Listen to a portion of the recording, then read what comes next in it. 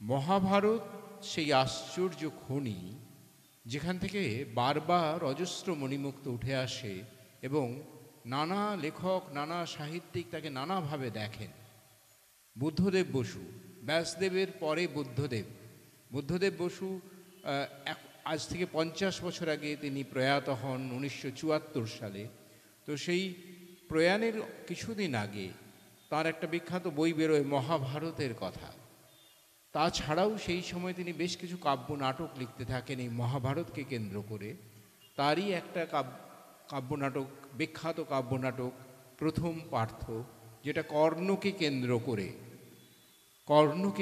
করে তিনি বুদ্ধদেব বসু বলছেন যে সব যুদ্ধই অন্যায়, সব হত্যাই ভ্রাতৃহত্যা।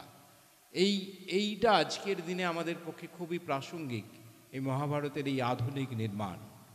তো এই কর্ণকে কেন্দ্র করে যে 3টে অংশ আছে, তার শেষ অংশটা কর্ণ কৃষ্ণের যে আলাপ, সেই অংশটা আমরা আজকে নিবেদন করব।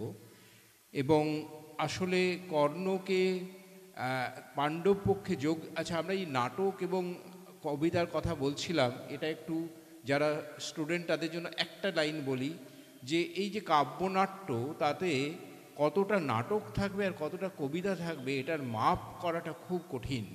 তো আমরাও সেটা পারবো কিনা জানি না, কিন্তু এইটা একটা চেষ্টা, একটা লড়াই। তো আজকে আমরা যে অংশটা করব কর্ণকৃষ্ণের অংশ,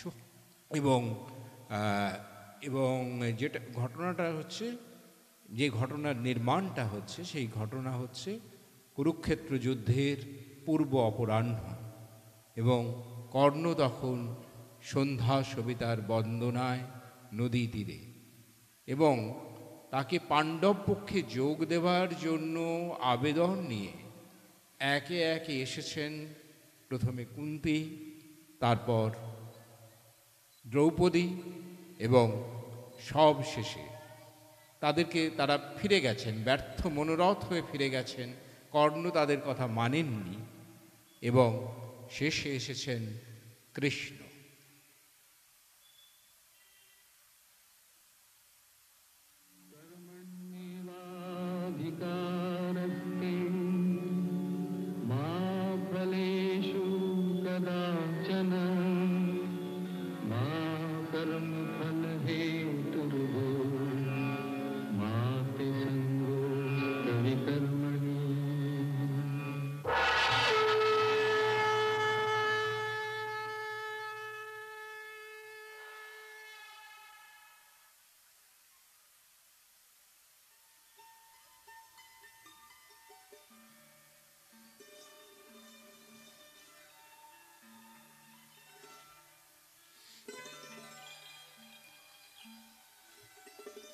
কৃষ্ণ বহুকাল পরে এসো, তোমাকে যেন ক্লান্ত দেখছি। তুমি বুদ্ধিমান, মন্ত্রণা সভায় যোগ দাওনি। কিছু নেই মন্ত্রণার মতো ক্লান্তিকর। মত মতান্তর, বাদ প্রতিবাদ, ব্যর্থ বিচার, নিষ্ফল বিশ্লেষণ, খাদ্যধর্ম, ক্ষমাধর্ম, অর্থ কাম মোক্ষ, এক বিরাট বন্ধ কণ্টক বনে অন্ধের পদচারণা। আমি ক্লান্ত হয়েছি কথা শুনে শুনে, কথা বলে বলে, কিন্তু তবু আরও কিছু কথা বলতে চাই, যদি আমাকে কয়েক মুহূর্ত সময় দাও। বলো। মৃদু, তীক্ষ্ণ, অপ্রিয়, প্রিয়, কোপান্বিত, ছিদ্রান্বিত, ছলনাময়, অম্ল, কটু, তিক্ত, মধুর, প্রণয়যুক্ত বা উদ্দেশ্যপ্রসূত, ভাবিগর্ভ বা অন্তঃসারহীন, তোমার যে কোনো বাক্য শুনতে আমি উৎসুক। আমার বক্তব্য আজ রিজু, হয়তো এতক্ষণে তোমার অজানাও নেই। তাহলে তারা তোমারই দুটি, কুন্তী আর পাঞ্চালী? তাহলে আমার পরামর্শ উপেক্ষা করে তারা তোমার কাছে এসেছিলেন। আমি বলেছিলাম, কর্ণকে আমি যতদূর জানি কেউ কখনো পারবে না তার স্বীয় সংকল্প থেকে এক চুল টলাতে, এক তিল হেলাতে বা হার্দ্র বচনে ভোলাতে, বা ন্যায় আর অন্যায়ের অতি সূক্ষ্ম তর্কের মধ্যে তাঁর চিত্তকে অবশ করে দিতে অকস্মাৎ। তাদের যাত্রা নিষ্ফল হবে বলেছিলাম। কিন্তু আমার পক্ষে নিষ্ফল হয়নি কৃষ্ণ। আমি দেখলাম তাদের একজন আমার অদৃষ্টা অপরিচিতা আমার মা, আর অন্যজন আমার অস্পৃষ্টা দূরচারিণী কান্তা। দুই নারী আমি যাদের ভালোবাসতে পারতাম। কি বললেন তারা? কর্ণ, ফিরে এসো, ফিরে এসো তোমার মাতৃ হৃদয়ের সিংহাসনে। কর্ণ, যুদ্ধ করো না, আমি তোমার বন্ধু হতে চাই। আর তুমি উত্তরে? সূর্য ডুবে যান সন্ধ্যায়, প্রত্যুষে তিনি আবার নতুন। কিন্তু আমরা লুপ্ত সময়ে ফিরে যেতে পারি শুধু কল্পনায়, কখনো কোনো অপ্রস্তুত মুহূর্তে। আমার ধারণা ছিল কুন্তির আর দ্রৌপদীর বুদ্ধি আরও তীক্ষ্ণ। শিশু চায় মাকে, কিন্তু দীর্ঘাকার মহাবাহু কর্ণের কোন কাজে লাগবেন মাতা? তরুণেরা খোঁজে বান্ধবী, কিন্তু যৌবন জীবনের চেয়ে অনিত্য, কর্ণের পক্ষেও, এমনকি পাঞ্চালীর পক্ষেও। কিন্তু আমি ফিরে পেয়েছিলাম তারুণ্য তাদের দেখে, যেন বালক নবযুবক মাতৃস্নেহ লিপ্সু, নারীর সঙ্গ কামনায় চঞ্চল। আমি কৃতজ্ঞ তারা এসেছিলেন। তবু তোমার বিচার বুদ্ধি স্থির ছিল নিশ্চয়। কৃষ্ণ, আমার গরল পাত্র মধুর হয়ে উঠল আজ। আমি সতৃষ্ণ। বলো, যুদ্ধের লগ্ন কি স্থির? আগামীকাল সূর্যোদয় আরম্ভ। আগামীকাল সূর্যোদয়, কিন্তু এখনো সূর্যাস্ত হয়নি।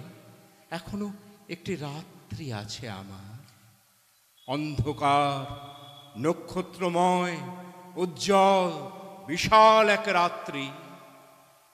যদি কিছু ভাবতে চাই তা ভাবার জন্য, যদি দেখতে চাই কোনো অনুপস্থিত মুখশ্রী, যদি মনে মনে শুনতে চাই কোনো কণ্ঠস্বর, বলতে চাই কোনো কথা, কোনো স্মৃতিকে, তার জন্য এখনো একটি রাত্রি পড়ে আছে। ক্ষত্রোচিত নয় যুদ্ধের পূর্বক্ষণে এই স্মৃতিবিলাস। কৃষ্ণ, তুমি চেনো আমাকে, শুধু তোমাকেই বলতে পারি, যা অন্য কাউকে বলা যায় না। মাঝে মাঝে এক ভ্রান্তি নামে আমার মনে, এক সুস্বাদু সম্মোহন, পতঙ্গের গুঞ্জনের সঙ্গে মিশে, পল্লবের মর্মরের সঙ্গে মিশে। তখন মনে হয় আমিও পারতাম, হয়তো আমিও সুখী হতে পারতাম যুদ্ধ থেকে, রাজনীতি থেকে দূরে। আমারও মাঝে মাঝে ইচ্ছে করে যুদ্ধ ছেড়ে, রাজনীতি ছেড়ে রাখাল হয়ে বনে বনে বাঁশি বাজাই। শুনেছি পরজন্মে তাই আমার ভাগ্য লিখন। ভাবতে ভালো লাগে বাঁশির সুর, অপরাধহীন সকাল থেকে সন্ধ্যা, দুপুরবেলায় বটের ছায়ায় তন্দ্রা। কিন্তু আমি তা চাই না। আমি চাই না উদ্ভিদের মতো জীবন। আমার সার্থকতা চেষ্টায়, সংগ্রামে। হলধর বলরামের সিদ্ধান্ত তিনি থাকবেন উদাসীন। রণস্থল থেকে দূরে কলস্বরা সরস্বতীর তীরে, তার স্থির কেন্দ্রে, তার শান্তির অন্তঃপুরে। ভাবতে ভালো লাগে বৈরাগ্য, নির্জনতা, দ্বন্দ্বহীন ছন্দবদ্ধ দিন, অন্তরীণ দিনের পরে দিন। কিন্তু আমি জানি আমার পথ ভিন্ন, আমি অপ্রিয় দুঃসাধ্যের সাধক। আমিও বলি, বলরামের দৃষ্টান্ত অন্যদের অনুকরণযোগ্য নয়। তিনি নিষ্ক্রিয় রইলেন বলে কুরুক্ষেত্র কি প্লাবিত হবে না রক্তে? কখনো কোনো রাখালির বাঁশির সুরে কোনো অস্ত্রের গতিকে রুদ্ধ হয়েছে? যার নিবারণ সম্ভব হলো না, তাতে অংশগ্রহণই কর্তব্য। কর্ণ, আমি তোমাকে শ্রদ্ধা জানাই, কেননা সব বুঝেও, সব সত্ত্বেও, কুন্তির আবেদন, পাঞ্চালীর প্ররোচনা সত্ত্বেও তোমার চরিত্র থেকে স্খলিত হওনি। তুমি আছো তোমার নিজত্ব নিয়ে অবিকল। কিন্তু একটি প্রশ্ন আমার, এই আসন্ন যুদ্ধের অর্থ কি তুমি ভেবে দেখেছ? এই যুদ্ধ আমার বহুকালের প্রতীক্ষিত। সে অর্থ দেবে আমাকে, আমার অস্তিত্বকে, আর বিনিময়ে নেবে আমার চরম চেষ্টা, অন্তিম উদ্যম, আমার সব অব্যবহৃত আবেগ। আমি তাই স্বাগত জানাই রক্তবর্ণ, ক্ষমাহীন, মুক্তিদাতা এই দেবতাকে। তোমার উক্তিতে আমি শুনতে পেলাম সত্যজাত ক্ষত্রিয়ের কণ্ঠস্বর, কিন্তু আমার মনে অন্য এক চিন্তা। মনে হচ্ছে তুমি উৎসাহিত নও যুদ্ধে, উৎসাহিত নও পাপীরা শাস্তি পাবে বলে, ধর্মের জয় হবে বলে। চেয়ে দেখো কর্ণ, দৃষ্টিপাত করো চারদিকে। মঙ্গল মাস অক্ষহায়, শীত নেই, গ্রীষ্ম নেই, ঋতু প্রসন্ন, সুখস্পর্শ বায়ু, শস্যপূর্ণ বসুন্ধরা। সোনালি ধানে সোনালি রোদ বিশ্রান্ত, বৃক্ষ ফলবান, জল সাধু, পশুরা পরিপুষ্ট, ঘরে ঘরে নবান্ন ভোজের আয়োজন। কিন্তু অগ্নিবাণে দগ্ধ হবে শস্য, ভস্মীভূত হবে গ্রাম, সর্পবাণে বিষাক্ত হবে বায়ু, বারুণাস্ত্রে আবিল হবে জল, ব্রহ্মাস্ত্রে গর্ভের শিশু নিহত হবে। কর্ণ, এই কি তোমার অভিপ্রেত? আমার অভিপ্রেত কিছু নেই, শুধু কর্তব্য আছে। যুদ্ধ দুই পক্ষে, তার আরতি সর্বজনীন, কিন্তু এক পক্ষ অত্যন্ত প্রবল হলে তা দীর্ঘায়িত হতে পারে না। সবচেয়ে ভীষণ সেই যুদ্ধ যেখানে দুপক্ষেরই শক্তি প্রায় সমান, যেমন পাণ্ডবেরা আর কর্ণ সমেত কৌরব। অর্থাৎ আমাকে পাণ্ডব পক্ষে যোগ দিতে হবে। কুটিল, কপট, চতুর কৃষ্ণ, তুমিও এই উদ্দেশ্য নিয়ে এসেছো? আমার উদ্দেশ্য মানুষের কল্যাণ। কর্ণ, তুমি কি দেখছো না কুরুবংশের এই গৃহ বিবাদ আজ বিস্তীর্ণ হলো পৃথিবীতে? চীন, যবন, বাল্হিক রাজ্যের সীমান্ত পর্যন্ত সব নদী যেমন সমুদ্রে মেশে, তেমনি সর্বদেশের সৈন্যদল মিলিত হলো এই ব্রহ্মাবর্তে কুরুক্ষেত্রে। তারপর হয়তো মদ্রদেশে হাহাকার, মৎস্য দেশে দুর্ভিক্ষ, সুদূর কম্বোজপুরে রাষ্ট্র বিপ্লব, চেদি রাজ্য যুবকহীন, সিন্ধু রাজ্যে সধবা নেই, ভারতবর্ষ বিধ্বস্ত। এই কি তুমি চাও কর্ণ? তুমি দয়াবান, লোকেরা যাকে দাতা বলে জানে। আমি চাই বা না চাই, কি এসে যায়? এই ধ্বংসের জন্য দায়িত্ব কি আমার? আমি কি কোনো মিত্র খুঁজেছি, সংগ্রহ করেছি সৈন্য সামন্ত? আমি কি তোমার প্রার্থী হয়ে দ্বারকায় গিয়েছিলাম? মন্ত্রণা সভায় আমি ছিলাম না, আমি কোনো সিদ্ধান্ত নিইনি, বা যদি নিয়ে থাকি তা একান্তভাবে আমারই জন্য, অন্য কারোর সঙ্গে তার সম্পর্ক নেই। আছে কর্ণ, অনেকের ভাগ্য আজ জড়িত তোমার সঙ্গে। কেননা তুমি পাণ্ডব পক্ষে যুক্ত হলে পলকপাতে মীমাংসা হবে যুদ্ধের, আর দুর্যোধন জয় অসম্ভব বুঝে নিজেই চাইবে সন্ধি।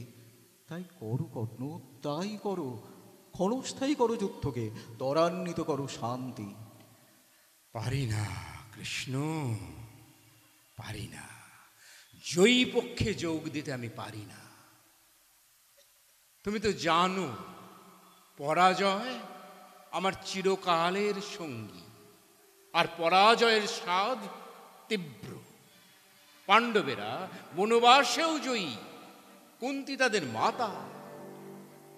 পাণ্ডবেরা নিঃস্ব হয়েও জয়ী, পাঞ্চালী তাদের সাম্রাজ্য। কিন্তু জয়ীরা তাদের প্রাক্তন জয় ভুলে যান, বা লজ্জিত হন তার তুচ্ছতা ভেবে কালক্রমে।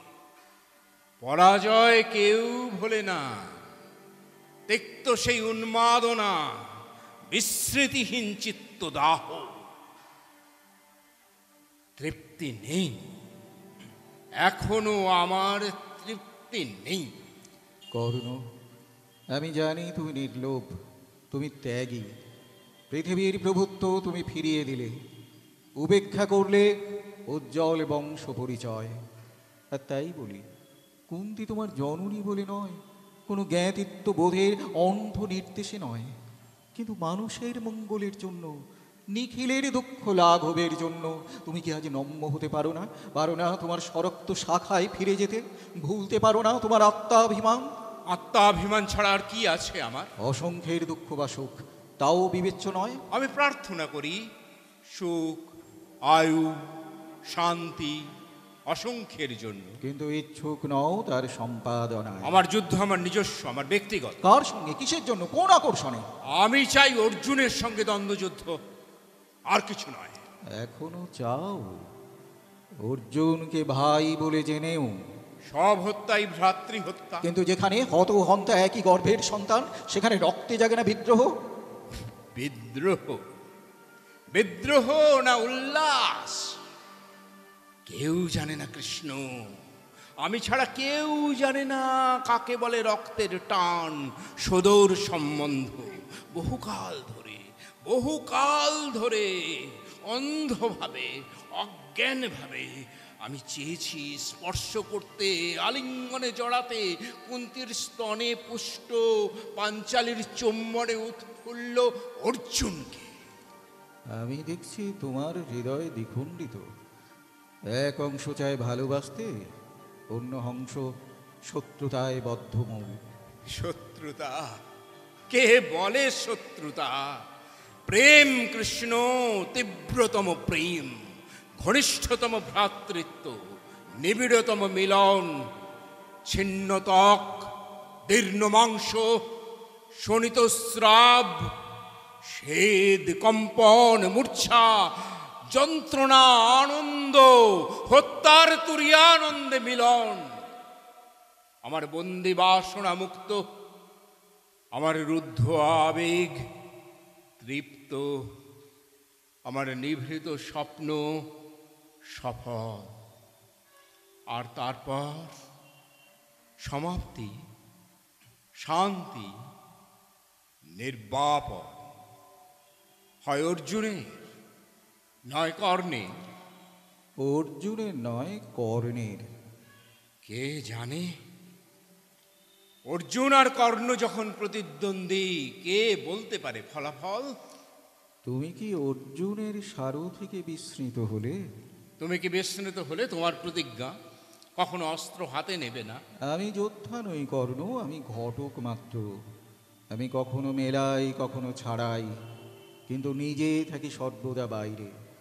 দুই পার্থের দ্বন্দ্বযুদ্ধে আমার ভূমিকা হবে দর্শকের। কিন্তু যেহেতু তোমরা দুজনে বলে বীর্যে সমকক্ষ, সমান দক্ষ অস্ত্র চালনায়, যেহেতু সম্ভব নয় একের হাতে অন্যের পরাভব, আমাকে তাই বিনা স্পর্শে অতি মৃদু হাতে খসিয়ে দিতে হবে গ্রন্থি, এগিয়ে আনতে হবে সমাপন।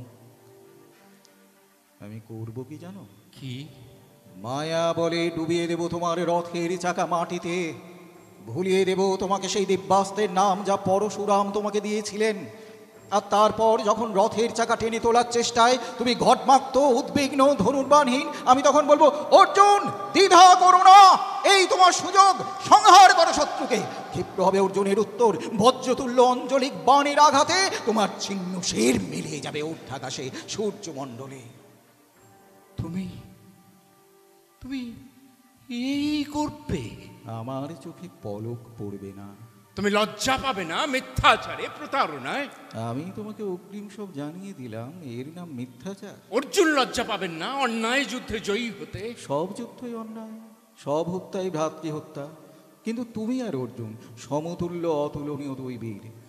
অসম্ভব নয় তোমাদের যুদ্ধে এক ভীষণতর সমাপ্তি। অকথ্য, প্রায় অকল্পনীয়। দুই ভ্রাতার, দুই পার্থের, একই গর্ভে সংজাত দুই পুরুষের পরস্পরের হাতে সংহার, একই মাতৃ শনিতে নিমজ্জন, যুগপৎ মৃত্যু, দ্বিগুণিত হত্যা। সেই আতঙ্কময় পরিণাম খণ্ডনের জন্য অনিচ্ছা কাটিয়ে প্রতিজ্ঞা সত্ত্বেও আমাকে সংকটকালে হতেই হবে সক্রিয়। সত্য ভঙ্গ করে সক্রিয়, ধর্মের বিরুদ্ধে, কর্ণের বিরুদ্ধে, শুধু এই জন্য আশ্রিত অর্জুন যাতে বিনষ্ট না হন। আর এই কৃষ্ণকে কেউ কেউ বলে থাকে মহাত্মা। ধৈর্যহীন বিচার করো না বন্ধু। আমার কথা শেষ পর্যন্ত শোনো। অর্জুন আমার আশ্রিত হতে পারেন, কিন্তু তুমি আজ নির্বাচিত। আমি রচনা করেছি তোমার জন্য এক উপহার। তোমার মতো বীরের যা যোগ্য, আর যার যোগ্য তুমি ছাড়া অন্য কেউ নেই। শ্রেষ্ঠ কীর্তি, সর্বশেষ সাফল্য, এক অন্তিম অন্তহীন অভিনন্দন, এক মৃত্যু যাতে আহত হবে সর্বযুগ, এক অমরতা যা দিনে দিনে উজ্জ্বলতর। কিন্তু তুমি যদি গ্রহণ করতে না চাও, তবে বলো কর্ণ, তুমি কি ভেবে দেখবে আরেকবার? কৃষ্ণ, আমি বহুদূর এগিয়ে এসেছি, আর ফিরতে পারি না। কেউ ফিরতে পারে না অর্জুন। তুমি অন্য সব যোদ্ধারা কেউ না, সকলেই বাধ্য, আমিও তাই। সূর্যাস্তের বিলম্ব নেই, বিদায়ের সময় হলো কর্ণ। কৃষ্ণ, আমার ক্ষণিক আত্মবিস্মৃতি ক্ষমা করো। জানি, আমিও জানি, সব এক অলঙ্ঘ সূত্রে গাঁথা হয়ে আছে। আছে এক অদৃশ্য অক্ষয় মহাবট, যার ডালে ডালে ফুলে ওঠে অসংখ্য সম্ভাবনার মধ্যে একটি মাত্র ঘটনা, অসংখ্য কার্যকারণের একটি মাত্র পরিণাম, অসংখ্য জিজ্ঞাসার পরে একটি মাত্র উত্তর। সেই মহাবৃক্ষের কোনো একটি ডালে এবার দুলবে রক্তিম একটি ফলের মতো আমার মৃত্যু। কৃষ্ণ, আমাকে একটি প্রিয় কথা শোনালে তুমি। সম্ভব নয় অর্জুনের হাতে আমার পরাভব, আর সেই সঙ্গে এক আশাতীত সম্মান দিলে আমাকে। আমার জন্য তুমিও হবে কুচক্রী, নেপথ্য ছেড়ে নেমে আসবে মঞ্চে, হবে আমার প্রতিদ্বন্দ্বী তুমি অর্জুনের প্রচ্ছদে। আমার জীবনের তুঙ্গতম মুহূর্ত, আমার সব স্বপ্নের সফলতা, আমার সব বাসনার তৃপ্তি, তা আমাকে উপহার দেবে অর্জুন নয়, তুমি। তুমি কৃষ্ণ, যাকে কেউ কেউ বলে নরশ্রেষ্ঠ, বিশ্বম্ভর। আমি সম্মত, আমি আনন্দিত, আমার পরাজয়ে আমি ধন্য। এ যুদ্ধে সকলেই পরাজিত হবে কর্ণ। জয়ী বিজিত হত উদ্বৃত্ত সকলেই। মহাজ্ঞানী, আমার শেষ নমস্কার তোমারই জন্য। এসো, আলিঙ্গন দাও। আবার রণস্থলে দেখা হবে, তারপর হয়তো পরজন্মে। না, যদি কখনো কোনো সুকৃতি আমি করে থাকি, যদি কখনো ভেবে থাকো আমি তোমার স্নেহের যোগ্য, তবে এই আশীর্বাদ করো, আর যেন ফিরে না আসি। এই একবার, এই আমার যথেষ্ট। তুমি থাকবে বিশ্বমানবের স্মরণে চিরকাল, এক ভাস্বর, মহান, পরাজিত বীর।